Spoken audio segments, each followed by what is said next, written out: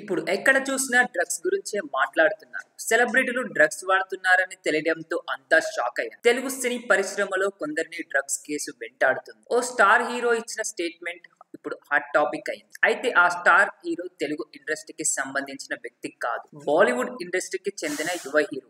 అతడు cinema shooting లో scene పండేందుకు కూడా డ్రగ్స్ వాడారని చెప్పాడు. తాను గతంలో డ్రగ్స్ వాడానని తెలిపాడు. బాలీవుడ్ స్టార్ హీరో రణబీర్ కపూర్ చదువుకునే రోజుల్లో తనకు డ్రగ్స్ అలవాటు ఉండేదని, చిన్న వయసులోనే తాను డ్రగ్స్ కు బానిసయ్యానని చెప్పాడు. డ్రగ్స్ కారణంగా తన జీవితం నాశనమయ్యే పరిస్థితుల్లో ఇంట్లో వారు, స్నేహితులు ఇచ్చిన కౌన్సిలింగ్ తో డ్రగ్స్ వాడడం మానేశానని చెప్పాడు. డ్రగ్స్ మానేసిన తర్వాత ఓసారి సినిమా షూటింగ్ లో సీన్ బాగా రావాలని చాలా తక్కువగా డ్రగ్స్ తీసుకున్నట్లు రణబీర్ కపూర్ తెలిపారు.